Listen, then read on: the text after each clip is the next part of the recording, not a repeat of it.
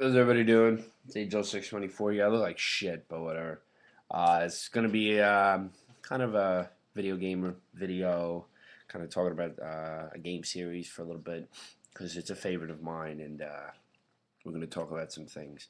Well, uh, almost at 10,000 views. We need another 1,000 views almost to get the Copper Cab South Park video up and going to 10,000 views. I will shit my pants if it gets in 10,000 views. That would be so nice. But, okay.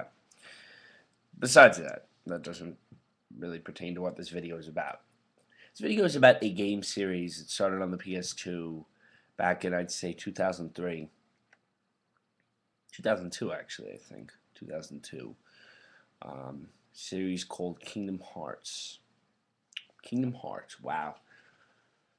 Um, Square said, "Fuck it, man.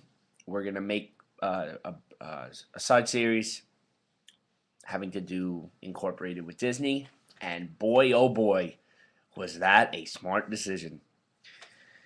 Honestly, I don't think that they even thought that this game was going to take off as much as it did. Because you got to remember, I mean, let's think about it for a second. Disney is not known for their games. Let's be right off the bat real. There's a handful to pick from, just a little handful of good Disney games. Disney goes to Square and says, "Hey guys, we're gonna make a role playing game. Let's do it." And they did it, and they did it right. From the takeoff on Kingdom Hearts 1, where you have Sora, Donald, Goofy, who are just unbelievable, a great team, a lot of weapons to choose from, a lot of abilities to choose from, and it's just a fun story to play through. Now, I'm going to talk about the positives and negatives and also where the series is leading up to.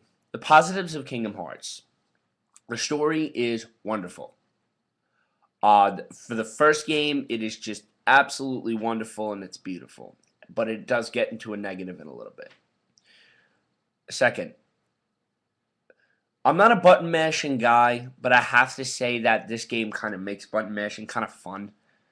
I mean, just this is a role playing game that you can honestly sink your teeth into when you're having a bad day and fucking just beat the shit out of the X button and just go to town. I love the controls, always have, and it's just a wonderful game to play through in terms of that. Also, the characters. Listen, all Square games are corny as hell. I would say the exception probably is Final Fantasy 3, but Square games are corny. They are extremely corny. That's the way they work. Um, and this is no exception. And it's even added to the corniness level of Disney. I mean, Disney just fucking blows it away. I mean, let's be real. I mean, when in Kingdom Hearts 2, when every time Mickey Mouse is on the screen, he's a corny guy. That's how his character is and everything. Disney is corny. Square is kind of corny. So it's kind of like you're getting 75% corn in the game. Oh boy. I mean, that comparison. Yeah, but the characters really are great. Sora is in depth, but once again, that's kind of a negative. I would imagine it can be really really negative, and yeah. Next, the design and the visuals are fucking great. We are talking about just the cutscenes are wonderful. Even the gameplay. I mean, sure the mouths aren't moving, but like it's just great to look at. I mean, honestly, like if this thing and it has gotten and if a main series game gets on PS3, it'll be wonderful. It will honestly be wonderful. It will look great. I see no reason why that game would not look good on a PS3. Next, this is the last positive. Reaching out to other handhelds is a wonderful endeavor, and they've done it very, very, very right.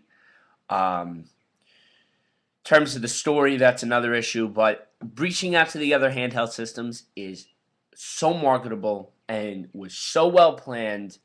Um, and it worked. So both games that were marketed, all of them, Chain of Memories, 350, whatever, over 24, 22. I don't fucking, it's the weirdest fucking number ever. Like 355 over 20, 22, whatever the hell it was. I don't know. I can't memorize the number. All right, negatives. And you guys are going to nitpick the shit out of me for this because, honestly, it's just the truth. The story. The story is both a yin and yang. It is positive and negative. When it gets to the second game, your mind gets fucked. And I didn't really enjoy my mind getting fucked that badly. And that, too, also in the side game, it just... The story just, from the first game on, it just really, the second and then the branch offs. Chain of Memories in 1 worked beautifully, and there's a timeline on Wikipedia. And I like the story. I like the story. I really, really do. But I do because I can honestly sit down and look at this and be like, yeah. This is a story that is worth telling. This is a story that really kind of saved Square because they haven't made a good Kingdom Hearts game in a while. But what I don't like is a series. It's Birth by Sleep, then Kingdom Hearts, then Chain of Memories, then 358 over 2. Over 2 days. 2 days. That's not possible. Wait, is it? Yes, over 2 days, 25 days. What the hell am I saying? Then Kingdom Hearts 2. Then it would be Coded. Then Dream Drop Distance. And yeah. And then it's just all, the 3D games and then what? It works. And then Kingdom Hearts 3, whenever that comes out. But that's later in the video. The problem is that there's so many different stories going on at once. Is that it's not. I didn't enjoy these future games because the stories were just, they're trying to interloop stories from different parts, and although it's a wonderful endeavor, it can get confusing. You will get confused if you pick up one of these games and have not played the others. And I don't know, maybe that can be a good thing. But I don't like that. Honestly, because I sat down and I played 358 over 2, which is what it's called now, so now I got the number memorized. And I was like, I'm playing Roxas' story, but, I got confused. How does this add into it? And I don't know. Maybe it's because I'm so nostalgic of the first game that's just how I feel. All right, here's another negative.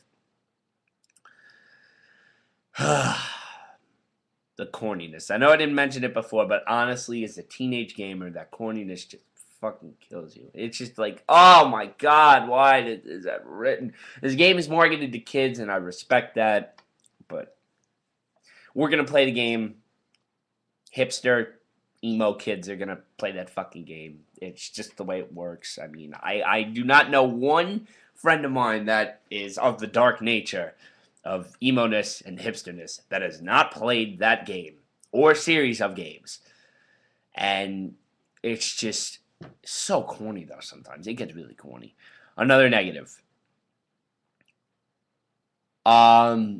Sometimes the bosses are really, really, really hard. Like really hard. I remember first time I ever saw Kingdom Hearts 2. There was one of the bosses was just so ridiculous for him that he couldn't beat it. And no matter, he tried to get a pattern going, a chain, something, couldn't get anything going. So it's just yeah, it's good. What just getting back to a positive really quick in terms of that. One of the things I love about the game is the fact that just the difficulty in the first game. The first game is flawless. It's the second game that kind of gets a little shifty. All right, last but not least, where the series is going.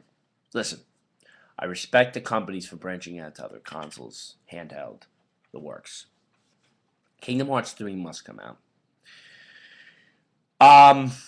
Because if they finish it on the trilogy, that's another thing that can honestly be finished on a trilogy.